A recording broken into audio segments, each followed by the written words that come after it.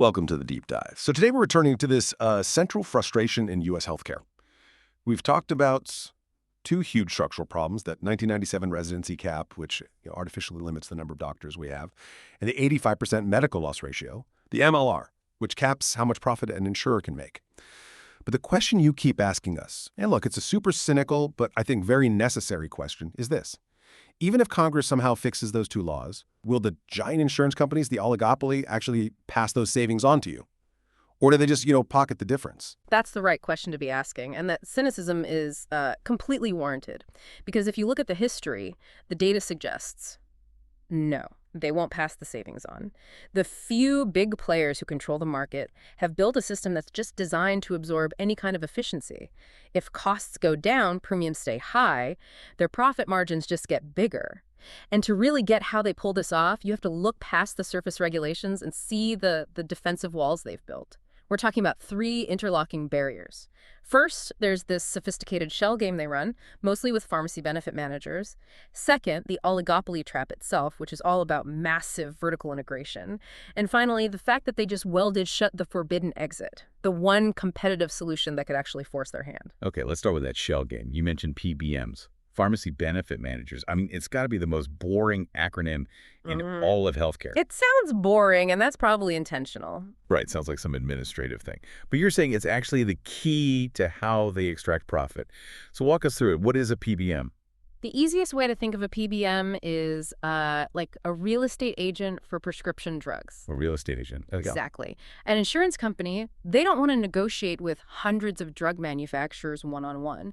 So instead, they hire a PBM to use their leverage, representing 100 million patients, to go and negotiate massive discounts. They call them rebates. And this is where the money starts to move in weird ways, right? Oh. Because we're not just talking about a simple discount. So let's trace the money on a single drug. The drug maker sets a list price, let's say $100. The PBM comes in with all that leverage and says, we want a $40 rebate, which is, let's be honest, it's a kickback. It is. It's a kickback for access to their patients. Now, connect that back to the MLR rule. Remember, that rule says an insurer has to spend 85% of your premium on actual medical care. The other 15% is for their admin costs and profit. This creates a really perverse incentive. The insurer actually wants the drug's list price to stay high. Wait, why would they want a higher price if they have to spend 85% of it anyway? Because the full $100 list price they pay for that drug counts as medical care under the rules. Ah, I see. If the drug only costs $60, the real post-rebate price, the total pie they're basing their 15% profit on, gets a lot smaller. They need that $100 expense to hit their 85% target and maximize the dollar value of their profit. This math explains the timing of what happened next, which was the vertical integration.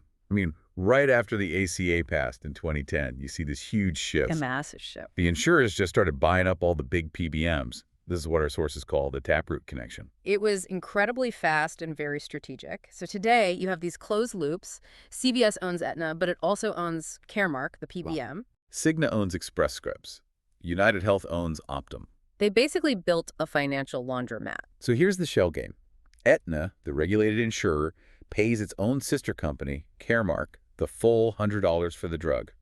They report to the government, look, we spent $100 on patient care. We met the 85% rule. Right. Meanwhile, Caremark, the PBM, quietly gets that $40 rebate from the drug maker. And here's the kicker. PBMs aren't regulated by the MLR. They're considered like technology companies. So that $40, it should have gone to lower your premium. Instead, it becomes pure, uncapped profit for the sister company. They literally moved money from the regulated left pocket, where it's capped at a 15% profit, to the unregulated right pocket, where it's 100% profit. Exactly. The rule designed to protect you became the single biggest reason to inflate drug prices. Which brings us right to the oligopoly trap. Looking at the data we reviewed, you can see these three really distinct moments where the revenue for the big three, United Health, CVS, Aetna, Cigna, just shoots upward. The first big bend is around 1995. Yeah, that's what we call the Great Pivot. Before then, a lot of these big guys, like Aetna, they were generalists. They sold car insurance, life insurance, property and casualty. Right, all kinds of stuff. But in the mid-90s, they had this realization that health insurance is special. It's basically mandatory, it's super regulated, demand never goes down, it's a guaranteed cash cow. So they streamlined. They did. Aetna sold off its property and casualty business in '96. They dumped all the volatile stuff to focus on this one predictable, government-influenced revenue stream. And that set the stage for, well, for everything we see now. And the second big jump on that chart is, of course, right after 2010, Yeah. the ACA and the MLR. And even though the MLR was meant to help consumers, the chart shows that after 2011, this vertical integration just explodes. This is the MLR backfiring in real time. It's that perverse incentive put into action. I mean, think about it. If you cap an insurer's profit at a percentage, at 15%, the only way they can grow their earnings for Wall Street is to make the whole pie bigger. They can't increase their slice, so they have to inflate the whole pie. Exactly. Simple math. If your total healthcare costs are $10,000, they get to keep $1,500. But if they can use their own internal companies, buy up doctor groups, clinics, labs, to inflate your costs to $30,000, their cut is now $4,500. And that's the engine behind Optum, which now employs something like 100,000 doctors. It's a closed-loop system designed to pay themselves inflated rates. And once they own the system, they defend it. You mentioned steering. What does that actually look like for a patient? It's a conflict of interest that's just hiding in plain sight. If UnitedHealth is your insurer, they are financially pushed to steer you away from, say, a cheaper independent doctor And toward their own clinics. toward an expensive Optum clinic that they own. The insurance arm pays the Optum arm an inflated rate. The total spending goes up, which means their allowed profit goes up. The money just stays in the family. And because there are so few players, I mean, the big three control most of the market, you get what's called tacit collusion. Right. And that doesn't need some secret backroom deal. It's just Yeah. rational. If UnitedHealth decided to get aggressive and slash its premiums to grab market share, what would happen? Cigna and Aetna would just match them. It'd match them instantly, so nobody gains any share, but everybody loses money. The smartest economic move for everyone is to just keep prices high. The consumer is completely trapped. Okay, so if the oligopoly won't compete with itself, we have to bring in a new aggressive buyer. And that gets us to the third part and the main solution. Restoring the forbidden exit. Association health plans, AHPs. AHPs are all about democratizing leverage. It's a simple idea. You let small businesses, freelancers, individuals, people with zero negotiating power Band together. exactly band together to form one huge self-insured group. So instead of a hospital telling one person this is the price, you now have a group representing 50,000 people saying lower your prices by 30% or all 50,000 of us walk.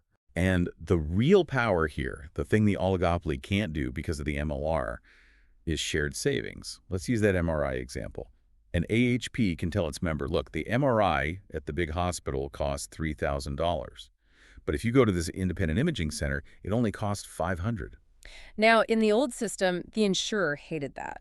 A $2,500 saving just shrinks their 15% cut. But in the AHP system, which is owned by its members, they can split the savings. They can say, we save $2,500, we're going to cut you a tax-free check for $1,000, and the plan will keep the rest to lower everyone's premiums next year. Suddenly, the patient is a ruthless price shopper. You're actually paid to find better value. But the AHP has to be smart about who it partners with. You mentioned accountable care organizations, ACOs. Yeah, and the structure of the ACO is everything. The 2024 data shows this massive split. Hospital-led ACOs. Well, they're conflicted, right? They need to fill their own beds. They only generate about $175 in net savings per person. Which is not much. It's barely anything. But now look at the physician-led ACOs. These are independent doctors. They don't own the hospital. They generated about $316 in savings per person, nearly double the efficiency. So the strategy is for these new AHPs to just bypass the big hospital systems and contract directly with these doctor-led groups. That's the move. But there's a big catch.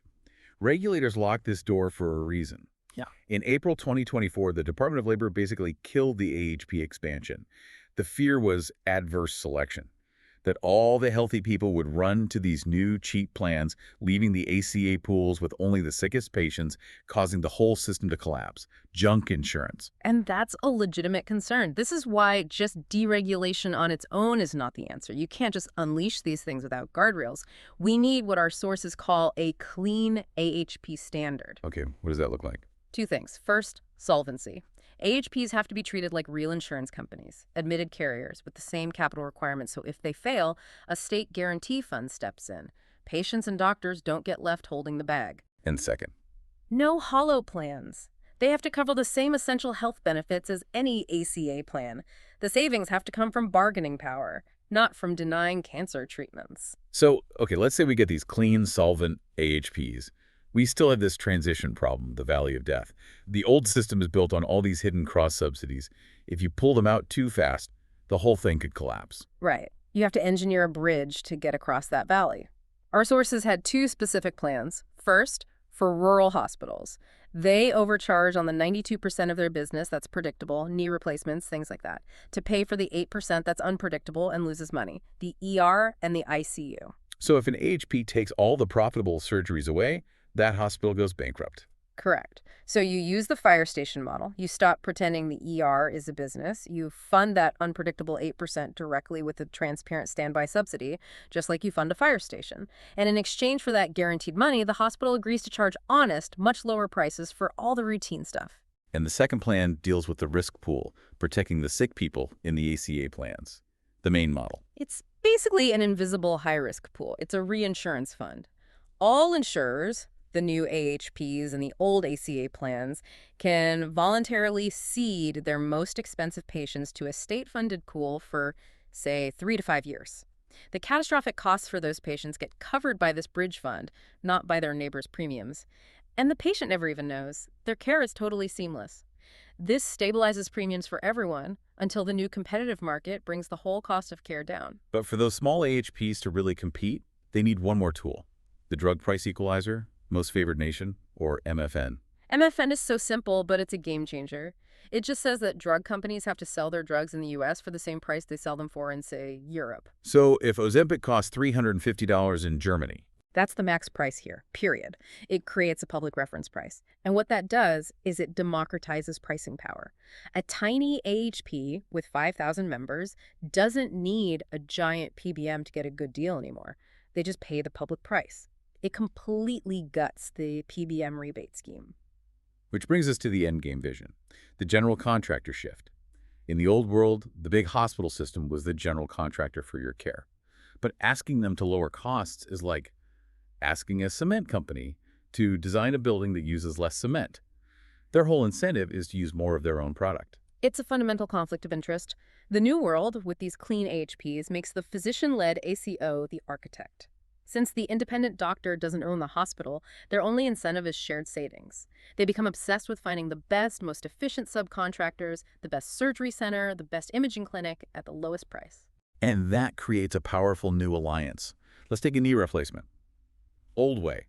$50,000 hospital surgery, you pay a $3,000 deductible. The new AHP way.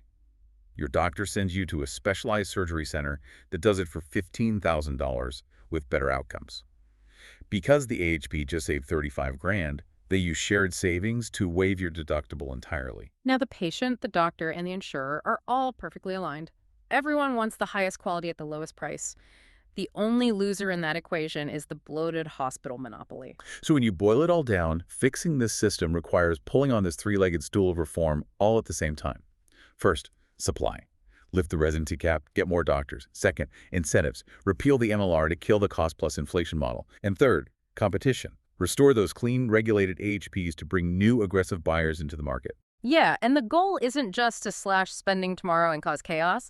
It's to stop lying about how we spend the money. Use those transparent bridge funds, like the fire station model, to keep things stable while competition crushes the actual underlying price of care for good. All right, so our final thought for you to chew on is this.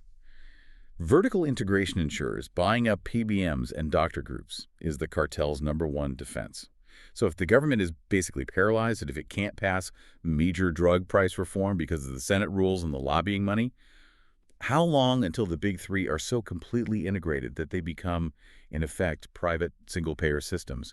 A point where real competition is just physically impossible, and even these fixes we've talked about today are just too late. We'll leave it with that. We'll see you next time on The Deep Dive.